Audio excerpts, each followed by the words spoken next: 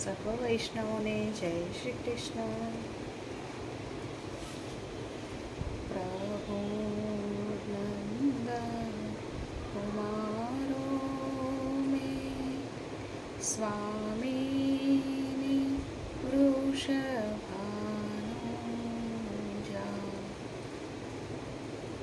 કૃતાર્થોહમ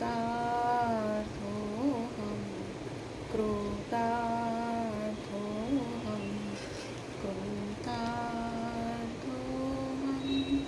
ન સંશયઃ. ગોકુળના નંદબાવાના કુમાર શ્રી કૃષ્ણ મારા સ્વામી છે અને બરસાનાના વૃષભાનજીના પુત્રી શ્રી રાધિકાજી મારા સ્વામીની છે. તેથી જ હું કૃતાર્થ છું, કૃતાર્થ છું, કૃતાર્થ છું. તેમાં કોઈ સંશય કે શંકા નથી. અગાઉ આપણે જોયું કે દેવર્ષિ નારદે આજ રાતના અંતિમ ધર્મ સભાનું પૂર્ણાહુતિ પ્રવચન આપવા માટે મહર્ષિ વેદવ્યાસને સંમત કરી દીધા હતા. નિયત સમયે સૌને કલામંડપના સભાસ્થાને આવી પહોંચવાનો અનુરોધ કરીને દેવર્ષિ નારદે દ્વૈપાયન કૃષ્ણને ભગવાન શ્રી કૃષ્ણના ભવન પર સાયં સ્નાન સંધ્યા માટે પધારવા વિનંતી કરી. જેનો સહર્ષ સ્વીકાર કરીને મહર્ષિ વેદવ્યાસ નારદજી સાથે જ્યારે કૃષ્ણ ભવન ઉપર પહોંચ્યા ત્યારે પોતાની 8 રાણીઓ અને ઉદ્ધવજી સહિત દ્વારકાધીશ સ્વયં તેમનું ભાવભીનું સ્વાગત કરવા મુખ્ય દ્વારે ઉપસ્થિત હતા. શ્રી કૃષ્ણ પોતાની 8 રાણીઓ સહિત અને ઉદ્ધવજી સહિત કોનું સ્વાગત કરવા મુખ્ય દ્વારે ઉપસ્થિત હતા? મહર્ષિ વેદવ્યાસજીનું. સાયં સ્નાન અને સંધ્યા પૂજાથી પરવારીને અત્યંત પ્રસન્ન અને પૂર્ણ સ્વસ્થ થયેલા આ 3 મહાનુભાવો કૃષ્ણ ભવનના મુખ્ય કક્ષમાં આસનસ્થ થયા. પટરાણી રૂકમણી સહિત 8 રાણીઓએ મહર્ષિ વેદવ્યાસનું પાદ પ્રક્ષાલન અને પૂજન કર્યું. ત્યારે આ 8 રાણીઓના મૂળ સ્વરૂપથી સુજ્ઞાત એવા મુનિ વેદવ્યાસે ગદગદ કંઠે આ મહાદેવીઓને અંતરથી પ્રણામ કર્યા. પછી રાણી સત્યાએ પેલું શ્રી રાધા માધવ યુગલ સ્વરૂપનું રંગીન ચિત્ર મુનિ વેદવ્યાસના હસ્તે ભગવાન શ્યામ સુંદરને અર્પણ કર્યું અને ભગવાને તરત જ પોતાની બાજુમાં ઊભેલા ભક્ત ઉદ્ધવને તે સુપરત કરતા જણાવ્યું કે સખા, જે સ્વરૂપના દર્શન કરીને તું સ્વયં કૃતકૃત્ય થયો છે.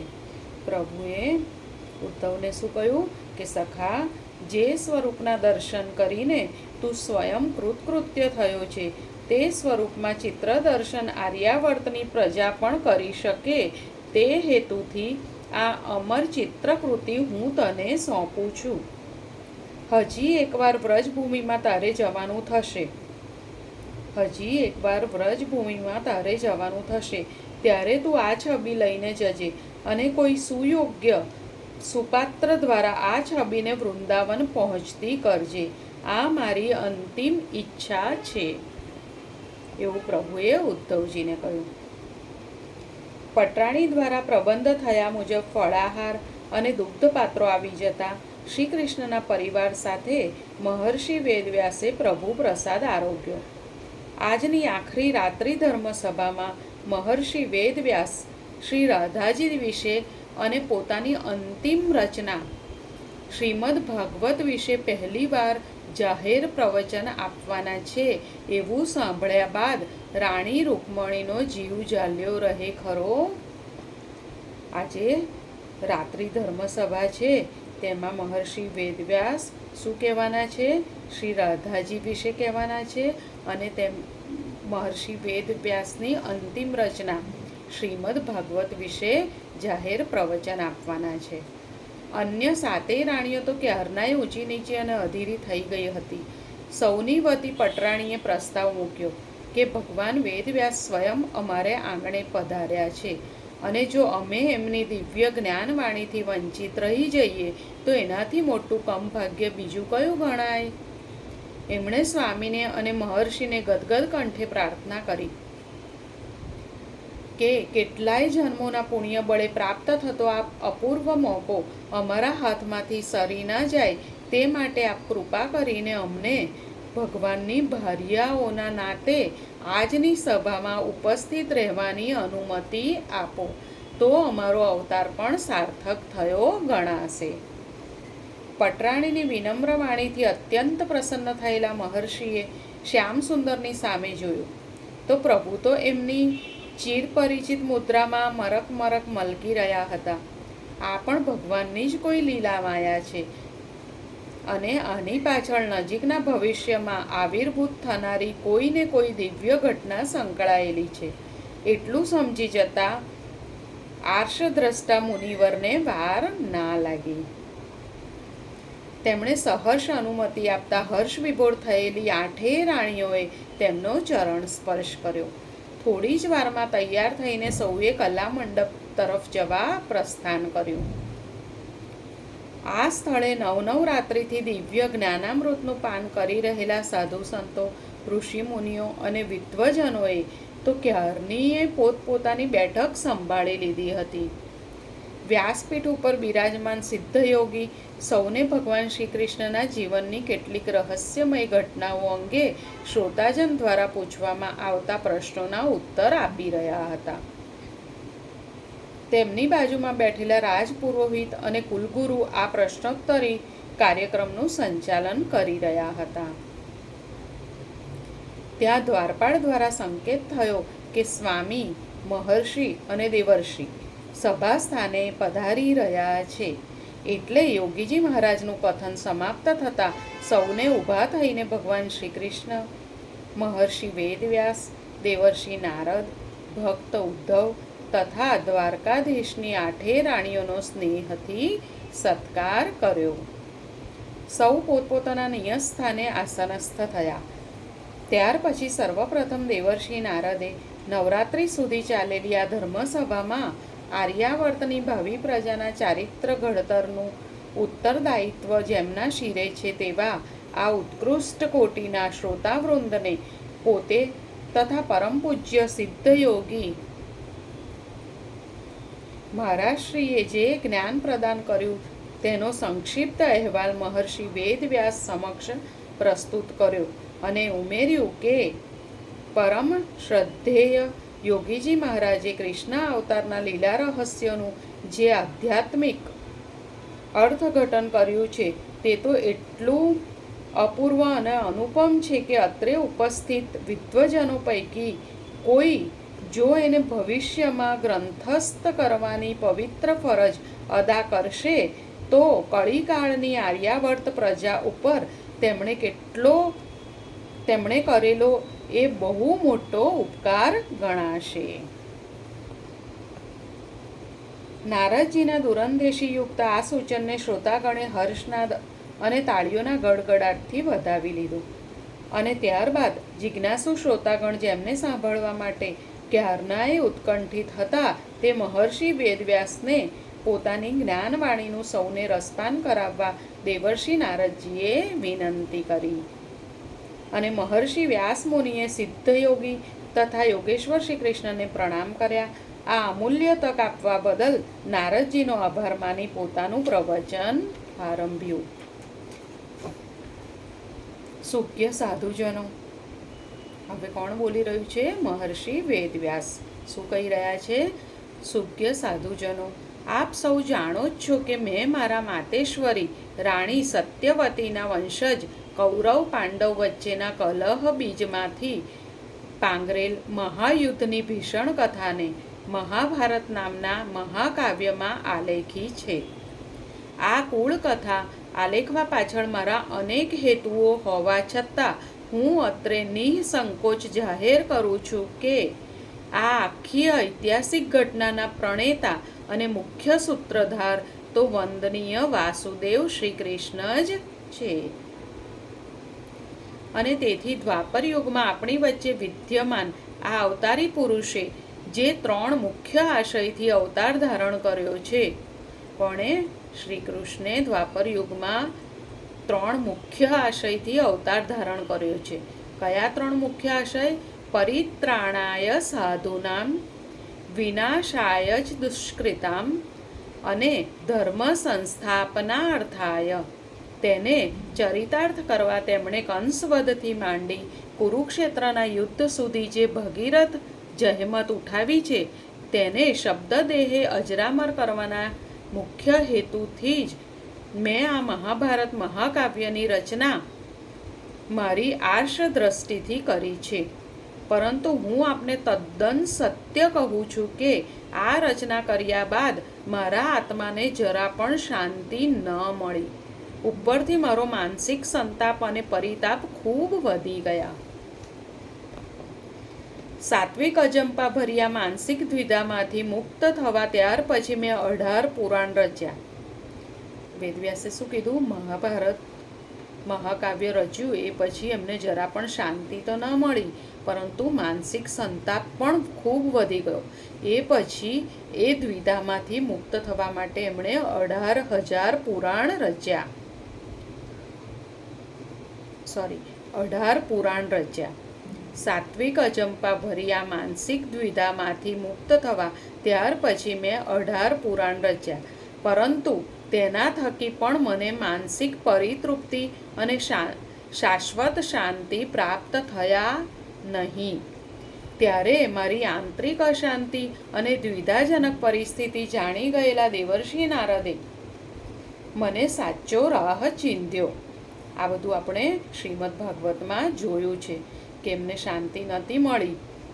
આટલા 18 પુરાણ અને મહાભારતની મહાકાવ્ય રચીને તો પછી દેવર્ષિ નારદે એમને સાચો રાહ ચીંધ્યો હતો અને તેમની દિવ્ય પ્રેરણા દ્વારા અનુગ્રહથી જ હું શ્રીમદ ભાગવત નામના પ્રેમ ભક્તિ સભર એક દિવ્ય ગ્રંથની રચના કરી શક્યો છું. હું અત્રે વિદ્યમાન દેવર્ષિ નારદનો આપ સૌની ઉપસ્થિતિમાં હાર્દિક ઋણ સ્વીકાર કરીને તેમને સાદર વંદન કરું છું. શ્રીમદ ભાગવતનો મૂલાધાર તો ગોકુલે શ્રી કૃષ્ણ અને ગોકુળના ગોપ ગોપાંગના વચ્ચેનો અલૌકિક અને આધ્યાત્મિક પ્રેમ સંબંધ છે. પરંતુ ગોલોકેશ્વરી વૃષભાણનંદિની શ્રી રાધાજી દ્વારા પ્રેમ લક્ષણા ભક્તિનું મારે જે જ્વલંત ઉદાહરણ સાકારિત કરવું હતું તે હું કરી શક્યો, તેનો મને અનહદ આનંદ છે. હું અત્રે એ પણ કહ્યા વગર રહી શકતો નથી કે ભલે હું આપ સૌની વચ્ચે દ્વારિકામાં પ્રથમવાર ઉપસ્થિત થયો છું, પરંતુ મારો અને વાસુદેવ શ્રી કૃષ્ણનો સંબંધ તો વર્ષો પુરાણો છે. એટલું જ નહીં, શ્રીમદ ભાગવતના એક પછી એક સ્કંધની રચના જેમ જેમ થતી ગઈ તેમ તેમ અંતર્યામી શ્રી કૃષ્ણ મારા સ્વમુખે તેનું શ્રવણ કરવા કેટલીય વાર મારા આશ્રમ પર પધારી ચૂક્યા છે. મને કહેતા અત્યંત ગૌરવ અને આનંદ થાય છે કે શ્રીમદ ભાગવતના 10મ સ્કંધની રચના કરતાં કરતાં હું એટલો ભાવાવેશમાં અને પ્રેમાવેશમાં ડૂબી જવા લાગ્યો કે લેખીની ઉઠાવીને આગળ લખવા જેટલી સુધબુધ પણ હું ગુમાવી બેઠો. અને ત્યારે આ 10મ સ્કંધની રચના પરિપૂર્ણ કરવામાં વાસુદેવ શ્રી કૃષ્ણે મને જે સક્રિય સહાય કરી છે તે બદલ હું તેમનો જેટલો આભાર માનું તેટલો ઓછો છે. મહર્ષિ વેદવ્યાસ શું કહી રહ્યા છે કે ભલે હું દ્વારિકામાં પહેલી વાર આવ્યો છું, પણ શ્રી કૃષ્ણ સાથે મારો સંબંધ તો બહુ જૂનો છે. અને શ્રીમદ ભાગવતની રચના થઈ ત્યારે એ સાંભળવા શ્રી કૃષ્ણ મારા સ્વમુખે એનું શ્રવણ કરવા કેટલી વાર મારા આશ્રમ પર પધારી ચૂક્યા છે. અને 10મ સ્કંદની રચના કરતાં હું એટલો ભાવાવેશમાં પ્રેમાવેશમાં ડૂબી જવા લાગ્યો કે લેખીની ઉઠાવીને આગળ લખવા જેટલું પણ સુધબુધ મહર્ષિ વેદવ્યાસમાં રહી નહોતી. ત્યારે 10મ સ્કંદની રચના પરિપૂર્ણ કરવામાં વાસુદેવ શ્રી કૃષ્ણે વેદવ્યાસજીને સક્રિય સહાય કરી છે. શ્રીમદ ભાગવતની રચના વિશે અને તેના કથન વિશે તો હું સ્વયં આપને કાંઈ પણ કહી શકવા સમર્થ નથી, કેમ કે આનું પ્રથમ સાપ્તાહિક વાણી પ્રાગટ્ય દ્વાપર યુગમાં પોતાની હયાતી દરમિયાન ન કરવું એવું મેં વાસુદેવ શ્રી કૃષ્ણને વચન આપ્યું છે. એટલું જ નહીં, મારા પરમ તપસ્વી અને સર્વશાસ્ત્ર નિપુણ સુપુત્ર શુકદેવજી દ્વારા તેનું પ્રથમ સાપ્તાહિક વાણી પ્રાગટ્ય ભાગવત સ્વરૂપે કળિયુગમાં જ થાય એવું દેવર્ષિ નારદ પણ ઈચ્છી રહ્યા છે. તેથી હું તો અત્રે આપને એટલું જ જણાવવા સમર્થ છું કે કેવા સંજોગોમાં અને કયા શુભાશયથી મેં શ્રીમદ ભાગવતની રચના કરી છે. આ ભક્તિસભર રચના સાધ્યંત આસ્વાદ્ય બને તે માટે દેવર્ષિ નારદે અને વાસુદેવ શ્રી કૃષ્ણે મારા પર જે અનહદ કૃપા કરી છે તેનું ઋણ સ્વીકારીને હું પુનઃ આ બંને દિવ્યાત્માઓને પૂર્ણ ભક્તિભાવથી પ્રણામ કરું છું. સાથે મારી આર્ષ દ્રષ્ટિથી મને જે કંઈ દેખાઈ રહ્યું છે તે ગોપનીય રહસ્ય પણ આપ સમક્ષ હું રજૂ કર્યા વગર રહી શકતો નથી. કેમ કે દિવ્ય હેતુથી શ્રી કૃષ્ણની આ અંતિમ અને 12મી ધર્મસભાનું દ્વારિકા મધ્યે નિર્માણ થયું છે તે જાણ્યા જોયા બાદ કળિયુગની ભાવિ પ્રજાના જ્ઞાન ભક્તિ સંસ્કારની ધરોહર આપ સૌને સુપરત થઈ રહી છે. ત્યારે આ ગોપનીય રહસ્ય અત્યારથી જ જાણી લેવું આપ સૌને માટે પણ હિતકર અને કલ્યાણકારી છે. આટલું કહીને સહેજ વિરમેલા અને યોગેશ્વર શ્રી કૃષ્ણ સાથે નજર મિલાવીને કોઈ સંકેત પામેલા મહર્ષિ વેદવ્યાસે ત્યાર પછી આગળ ચલાવ્યું. મારી ઈચ્છા તો એવી હતી કે જેમ ત્રેતાયુગમાં રામાવતારની કથા રામાયણ મહાકાવ્યમાં મહર્ષિ વાલ્મીકીએ નિરૂપી અને તેનું પ્રથમ વાણી પ્રાગટ્ય શ્રી રામની જ ઉપસ્થિતિમાં અયોધ્યાના રાજદરબારમાં શ્રી રામના તમામ સ્વજનો સમક્ષ શ્રી રામના જ પુત્રો લવકુશ દ્વારા થઈ. તે જ રીતે દ્વાપરયુગમાં કૃષ્ણ અવતારની વ્રજલીલાની જે કથા મેં શ્રીમદ ભાગવતના 10મા સ્કંદમાં આલેખી છે તેનું પ્રથમ વાણી પ્રાગટ્ય શ્રી કૃષ્ણની ઉપસ્થિતિમાં દ્વારિકાના રાજમહેલમાં શ્રી કૃષ્ણના તમામ સ્વજનો સમક્ષ મારા સુપુત્ર શુકદેવ દ્વારા થયા એવી મારી અંતરની ઈચ્છા હતી. પરંતુ વાસુદેવ શ્રી કૃષ્ણ સાથે હું વચનબદ્ધ હોવાથી મારી એ ઈચ્છા તો ફળીભૂત ના થઈ. છતાં હું મારી આર્ષ દ્રષ્ટિથી જે નિરખી રહ્યો છું તે પણ એક અદ્ભુત યોગાનુયોગ છે. વાસુદેવ શ્રી કૃષ્ણની ભગીની સુભદ્રાના સ્વર્ગસ્થ પુત્ર અભિમન્યુનો દીકરો પરીક્ષિત જ મારી આ શ્રીમદ ભાગવતની કથાનો પ્રથમ સુજ્ઞ શ્રોતા બનશે. શું કીધું? શ્રી કૃષ્ણની ભગીની એટલે બહેન સુભદ્રાનો સ્વર્ગસ્થ પુત્ર અભિમન્યુનો દીકરો પરીક્ષિત જ આ ભાગવત કથાનો પ્રથમ શ્રોતા બનશે અને મારો સુપુત્ર શુકદેવ મહર્ષિ વેદવ્યાસજીનો સુપુત્ર શુકદેવ તેને ભરી સભા વચ્ચે આ શ્રીમદ ભાગવતની કથા સળંગ 1 સપ્તાહ સુધી ગાઈ સંભળાવીને તેનો ઉદ્ધાર કરશે એવું હું ભવિષ્ય ભાખી રહ્યો છું. આટલું વધીને મુનિ વેદવ્યાસ થોડી ક્ષણો માટે આંખો બંધ કરીને પોતાના આંતરચક્ષુથી જાણે કોઈ અપૂર્વ દ્રશ્ય નિરખી રહ્યા હોય એમ મૂક થઈ ગયા. પુનઃ સ્વસ્થ થયેલા કૃષ્ણ દ્વૈપાયને હવે પોતાનો વાણી પ્રવાહ બીજી દિશામાં વાળ્યો. દેવર્ષિ નારદજીએ તમને સૌને 5 રાત્રિ ધર્મસભાઓમાં જે વિષયનું રહસ્ય જ્ઞાન પ્રદાન કર્યું છે તે આજ દિન સુધી આર્યાવર્તમાં કોઈએ જાણ્યું નથી, વાંચ્યું નથી, લખ્યું નથી, કહ્યું નથી અને ક્યાંય ગ્રંથસ્થ પણ થયું નથી. કૃષ્ણ અવતારની સાથે સાથે રાધા અવતાર પણ થયો છે. અને જેમ કોઈ અભિનેતા એક સાથે અને એક સમયે 2 નાટ્ય કૃતિઓમાં પોતાની ભૂમિકા ભજવે તે રીતે વાસુદેવ શ્રી કૃષ્ણે દ્વાપર યુગની આ આર્યાવર્ત રંગભૂમિ ઉપર સમકાલીન ભજવાયેલ કૃષ્ણ અવતાર અને રાધા અવતાર નામક અવતાર લીલાઓમાં શ્રી કૃષ્ણ તરીકેની બેવડી ભૂમિકા આજ દિન સુધી ખૂબ સફળતાથી નિભાવી છે. અહીં નોંધપાત્ર ઘટના એ છે કે કૃષ્ણ અવતારની અવતાર લીલા ત્રિઅંકી હતી. તેથી તેના પ્રથમ અંકમાં ગોપાલ કૃષ્ણ સ્વરૂપે બાળ લીલા કર્યા બાદ બીજા અંકમાં વાસુદેવ શ્રી કૃષ્ણ સ્વરૂપે દુષ્ટોનો સંહાર કરાવ્યા બાદ ત્રીજા અંકમાં યોગેશ્વર શ્રી કૃષ્ણ સ્વરૂપે ધાર્મિક જાગૃતિ અને ધર્મ પુનરોદ્ધાર માટે ધર્મસભાઓ યોજી રહેલા શ્રી કૃષ્ણ આ ત્રીજા અંકના જ એક દ્રશ્યના ભાગરૂપે અત્યારે તમારી સમક્ષ બિરાજમાન છે.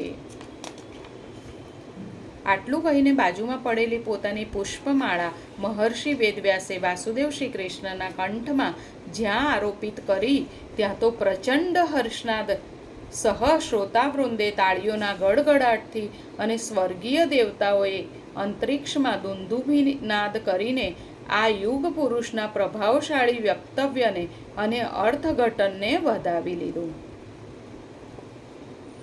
મહર્ષિ વેદવ્યાસે સ્તબ્ધ અને